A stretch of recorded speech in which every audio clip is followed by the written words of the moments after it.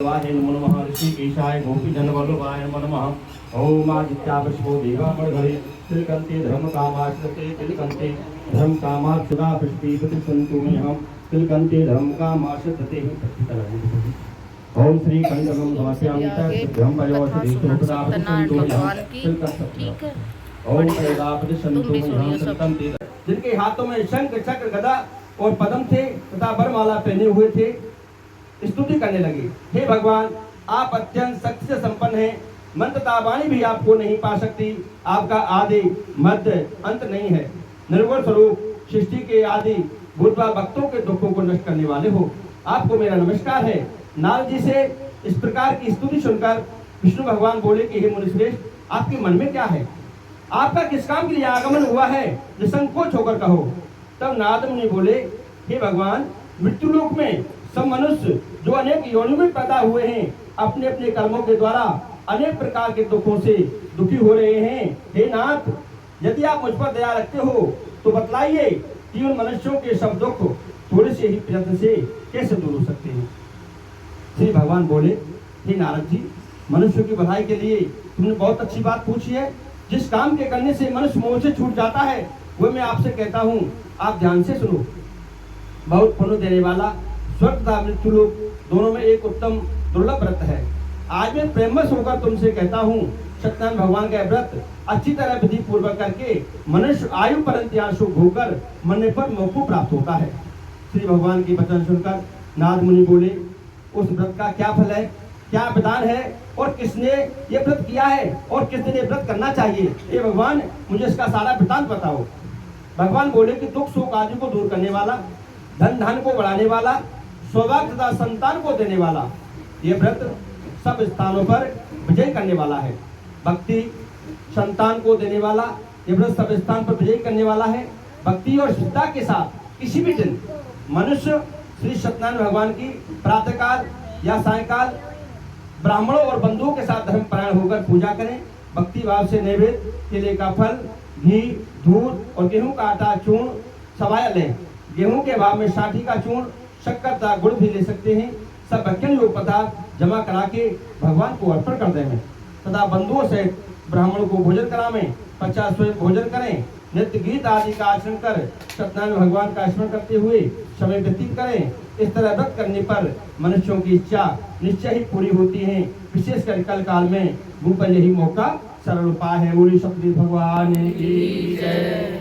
काशीपुरी नगरी में एक अत्यंत निर्धन ब्राह्मण रहता था।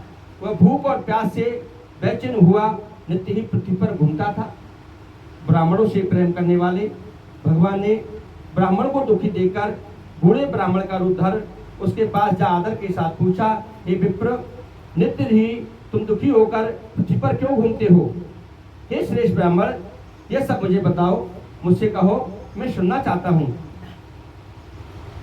ब्राह्मण बोला, हे भगवान, मैं निर्धन ब्राह्मण हूँ, भिक्षा के लिए पृथ्वी पर फिरता हूँ। हे भगवान, यदि आप इसका उपाय जानते हैं तो कृपा कर कहो। वृद्ध ब्राह्मण बोला कि सत्यनारायण भगवान मन वांछित फल को देने वाले हैं, इसलिए हे ब्राह्मण, तू उनका पूजन कर, जिसके करने से मनुष्य सब दुखों से मुक्त होता है। ब्राह्मण को व्रत का सारा विधान बतलाकर बूढ़े ब्राह्मण का रूप धारण करने वाले सत्यनारायण भगवान वहां से अंतर ध्यान हो गए। जिस व्रत को वृद्ध ब्राह्मण ने बतलाया है, मैं उसको अवश्य करूंगा, यह निश्चय करने पर उसे रात में नींद भी नहीं आई। वह सवेरे उठकर सत्यनारायण भगवान के व्रत का निश्चय कर भिक्षा के लिए चल दिया। उसको भिक्षा में बहुत धन मिला, जिससे बंधु और बांधवों के साथ उसने सत्यनारायण भगवान का उत्तम व्रत किया। इसके करने से वह ब्राह्मण सब दुखों से छूटकर अनेक प्रकार की संपत्ति से युक्त हुआ। उस समय से वह ब्राह्मण हर मास व्रत करने लगा। इस तरह सत्यनारायण भगवान के व्रत को जो करेगा वह मनुष्य सब दुखों से छूट जाएगा। इस तरह नारद जी से नारायण का कहा हुआ यह व्रत मैंने तुमसे कहा है। हे विप्रो, मैं अब और क्या कहूँ? ऋषि बोले, हे मुनीश्वर, संसार में इस ब्राह्मण से सुनकर किस किसने इस व्रत को किया, हमें सब ये बताइए। इसके लिए हमारे मन में बड़ी श्रद्धा है। सूर्य जी महाराज बोले, हे मुनियो, जिसने इस व्रत को किया है वे सब सुनो। एक समय ब्राह्मण धन और ऐश्वर्य के अनुसार बंधु बांधवों के साथ व्रत करने को तैयार हुआ। उसी समय एक लकड़ी बेचने वाला बूढ़ा आदमी वहां आया और बाहर लकड़ियों को रखकर ब्राह्मण के मकान में गया। क्या सिद्धू की लकड़हारा उनको व्रत करते देखकर ब्राह्मण को नमस्कार करके कहने लगा, ये आप क्या कर रहे हैं और इससे करने से क्या फल मिलता है, कृपा करके मुझसे कहो। ब्राह्मण ने कहा, सब मनोकामनाओं को पूरा करने वाला यह सत्यनारायण भगवान का व्रत है, इसकी ही कृपा से मेरे यहाँ धन धान आदि की वृद्धि हुई है। ब्राह्मण से इस व्रत के बारे में जानकर लकड़हारा बहुत प्रसन्न हुआ, चरणामृत ले और प्रसाद खाने के बाद अपने घर को गया। लकड़हारा ने अपने मन में इस प्रकार का संकल्प किया कि आज नगर में लकड़ी बेचने से जो धन मुझे मिलेगा उसी से सत्यनारायण भगवान का उत्तम व्रत करूंगा। ये मन में विचार कर वह बूढ़ा आदमी लकड़ियां अपने सिर पर रखकर जिस नगर में धनवान लोग रहते थे वैसे सुंदर नगर में गया। उस रोज वहां पर उसे उन लकड़ियों का दाम पहले दिनों से चौगुना मिला। तब वह बूढ़ा लकड़हारा दाम ले और प्रसन्न होकर पके केले की फली, शक्कर, घी, दूध, दही का, गेहूं का आटा इत्यादि सत्यनारायण भगवान के व्रत की कुल सामग्रियों को लेकर अपने घर को गया। फिर उसने अपने भाइयों को बुलाकर विधि के साथ भगवान जी का पूजन किया और व्रत किया। उस व्रत के प्रभाव से वह बूढ़ा लकड़हारा धन पुत्र आदि से युक्त हुआ और संसार के समस्त होकर वैकुंठ लोक को चला गया। बोले विष्णु भगवान की जय।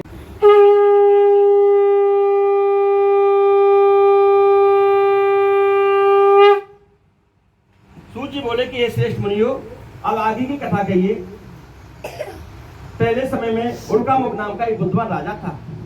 वह सत्वक्ता और जितेंद्रिय था।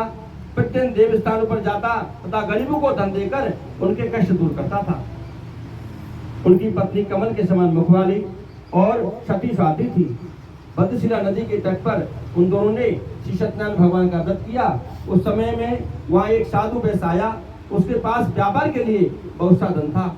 वह नाव को किनारे पर ठहराकर राजा के पास आ गया और राजा को व्रत करते हुए देखकर विनय के साथ पूछने लगा, हे राजन, भक्तियों शिष्य ये आप क्या कर रहे हैं?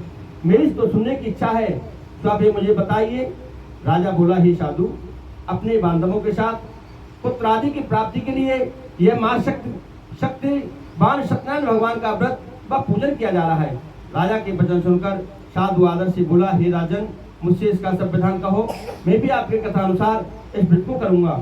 मेरी भी कोई संतान नहीं है और इससे निश्चय होगी। राजा से सब विधान सुन व्यापार से निवृत्त हुए आनंद के साथ घर गया। साधु ने अपनी स्त्री से संतान देने वाले उस व्रत का समाचार सुनाया और कहा, जब मेरी संतान होगी तब मैं इस व्रत को करूंगा। माँ मुरादें पूरी कर दो, हलवा बांटेंगे। हम जब बांटेंगे आप पहले भगवान से करें हमारा काम करो, वो करा हमारा पहले संतान दो भगवान, जब हम आपकी किस्सा कराएंगे। तो हम क्या कहते हैं भगवान से पहले मन्नत मांग लेते, हमारा ये काम करो, हमारा वो काम करो। भगवान से मांगो बस, भगवान से तो सब पता है भगवान को क्या देना है, भगवान को सब कुछ पता है। साधु ने ऐसे वचन अपनी स्त्री लीलावती से कहे। एक दिन उसकी स्त्री पति के साथ आनंदित होकर शांता धर्म में प्रवृत्त होकर सत्यनारायण भगवान की कृपा से गर्भवती हो गई तथा 10वें महीने में उसकी एक सुंदर कन्या का जन्म हुआ। दिनों दिन वह इस तरह बढ़ने लगी जैसे शुक्ल पक्ष का चंद्रमा बढ़ता है। कन्या का नाम कलावती रखा गया। तो लीलावती ने मीठे शब्दों में अपने पति से कहा कि जो आपने संकल्प किया था कि भगवान का व्रत करूंगा, अब आप उसे करिए। साधु बोला, हे प्रिय, इसके विवाह पर एक साथ ही खर्चा कर देंगे, बार बार खर्चा क्यों कराती हो, एक साथ ही कर देंगे। इस प्रकार अपनी पत्नी को आश्वासन दे वह नगर को गया। कलावती पितृगृह में वृद्धि को प्राप्त हो गई। साधु ने जब नगर में सखियों के साथ अपनी पुत्री को देखा तो तुरंत दूध बुलाकर कहा कि पुत्री के वास्ते कोई श्लोक पर देकर लाओ।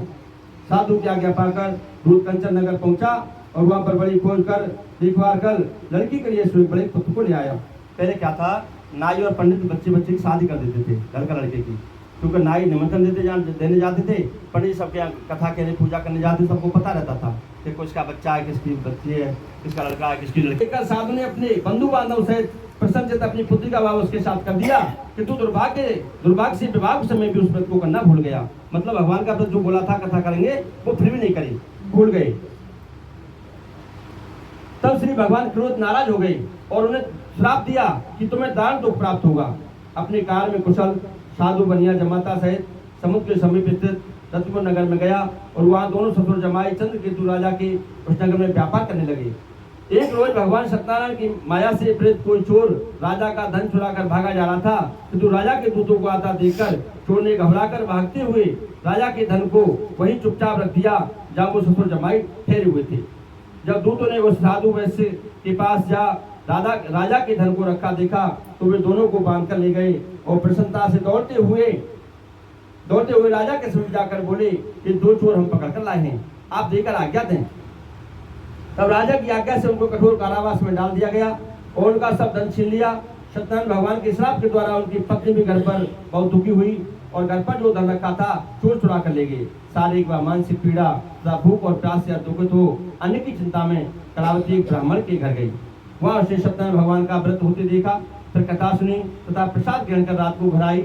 माता ने कलावती से कहा कि हे पुत्री, अब तक कहाँ रही, पर तेरे मन में क्या है? कलावती बोली, हे माता जी, एक ब्राह्मण के घर श्री सत्यनारायण भगवान का व्रत देखा है, कथा सुनी है। कन्या के वचन सुनकर लीलावती भगवान के पूजन की तैयारी करने लगी और बोली, हे बेटी, ये कथा तो तेरे पिता ने तेरे जन्म से पहले बोली थी, पता नहीं इसी कारण हमें दुख आ रहे हो। लीलावती ने परिवार और बंधुओं से श्री सत्यनारायण भगवान का पूजन किया और वर मांगा कि मेरे पति और दामाद शीघ्र राजा में, साथ ही प्रार्थना की कि हम सबका अपराध क्षमा करो।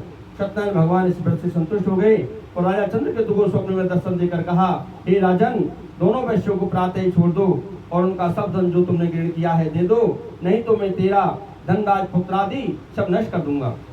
राजा से ऐसे वचन कहकर भगवान अंतर्ध्यान हो गए। प्रातःकाल राजा चंद्रकेतु ने सभा में अपना स्वप्न सुनाया, फिर दोनों बड़े पुत्रों को केश से मुक्त कर सभा में बुलाया। दोनों ने आते ही राजा को नमस्कार किया। राजा मीठे बच्चों से बोला, हे महानुभावो, भाग्यवश तुम्हें ऐसा कठिन दुख प्राप्त हुआ है, अब तुम्हें कोई भय नहीं। ऐसा कहकर राजा ने उनको नए नए वस्त्राभूषण पहनाए तथा उनका जितना धन लिया था उससे दोगुना धन देकर आदर से विदा किया। दोनों वैश्य अपने अपने घर को चल दिए। बोले सतनारायण भगवान की जय। सूची बोले कि वैश्य ने मंगलाचरण करके यात्रा अपने नगर को चला। उसके थोड़ी दूर निकलने पर दंडी वेशधारी सत्यनारायण भगवान ने उनसे पूछा, हे साधु, तेरे नाम में क्या है? भगवान दोबारा फिर परीक्षा ले रहे हैं, तेरे नाम में क्या है? अवमानी बड़े कसता हुआ बोला, हे दंडी, आप क्यों पूछते हो? क्या धन लेने की आपकी इच्छा है? मेरे नाम में तो बेल और पत्ते भरे हुए हैं।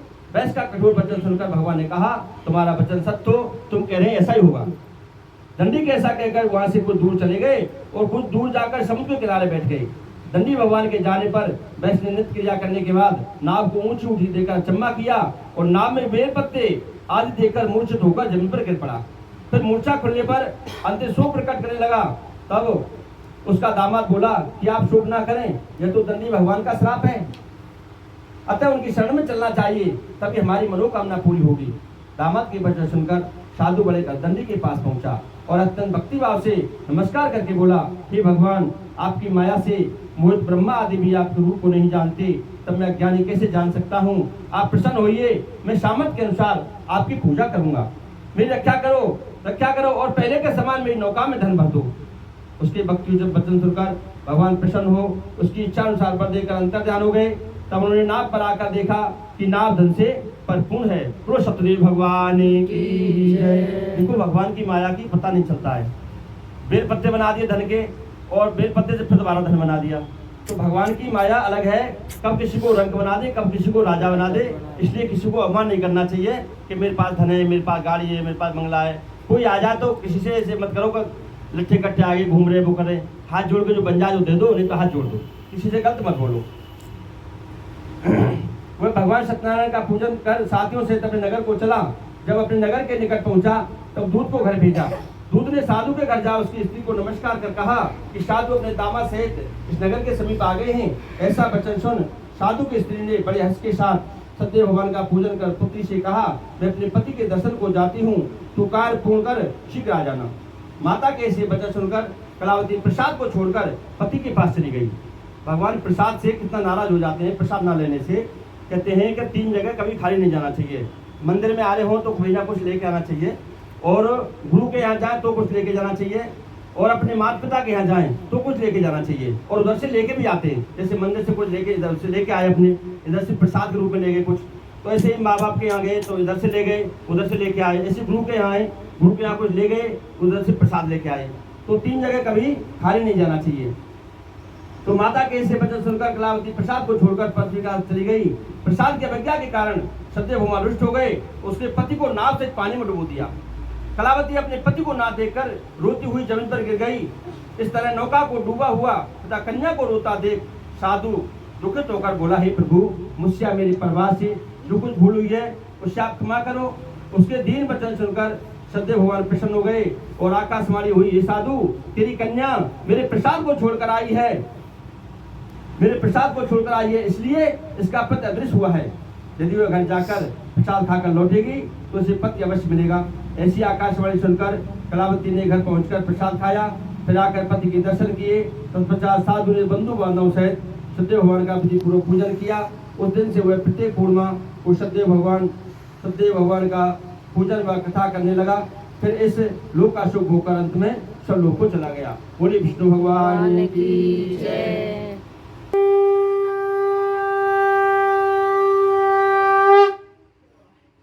सूर्य महाराज बोले नाम का एक राजा था। उसने भी भगवान का प्रसाद जाकर बहुत दुख पाया। एक समय वन में जाकर वन्य पशु को मारकर बड़ के पेड़ के नीचे आया। वहां उसने ग्वालों को भक्ति भाव से बांधवों सहित सत्यनारायण भगवान का पूजन करते देखा। राजा देखकर भी अवमानवश हुआ नहीं गया, उन्होंने नमस्कार ही किया। जब ग्वालों ने भगवान का प्रसाद उसके सामने रखा तो वह प्रसाद को त्याग कर अपनी सुंदर नगरी को चला गया। अगर कोई प्रसाद दे रहा हो तो ज्यादा थोड़ा ले लो, ज्यादा मतलब अपमान मत करो किसी का, ज्यादा थोड़ा ले लो, प्रसाद जरूर ले लो। भगवान का प्रसाद कोई मना नहीं करना चाहिए। चला गया वहां, उसने अपना सब कुछ नष्ट पाया तो वह जान गया कि ये सब भगवान ने किया है। तो वह विश्वास कर ग्वालों के समीप गया और विधि पूर्वक पूजन कर प्रसाद खाया। तो वह सत्य भगवान की कृपा से पहले जैसा था वैसा ही हो गया। फिर दीर्घ काल तक शुभ होकर मरने पर स्वर्गलोक हो गया। जो मनुष्य इस परम दुर्लभ व्रत को करेगा भगवान की कृपा से उसे धन की प्राप्ति होती है तथा मनवांछित मनोरथ पूर्ण होकर अंत में वैकुंठ धाम को चला जाता है। जिन्होंने पहले इस व्रत को किया है अब उनके दूसरे जन्म की कथा कहता हूँ। वृद्ध सदानंद ब्राह्मण ने सुदामा का जन्म लेकर मोक्ष को पाया। उल्कामुख नाम का राजा दशरथ को वैकुंठ को प्राप्त हुआ। साधु नाम के वैश्य ने मरुध्वज बनकर अपने पुत्र को वारे से चीरकर मोक्ष को प्राप्त किया।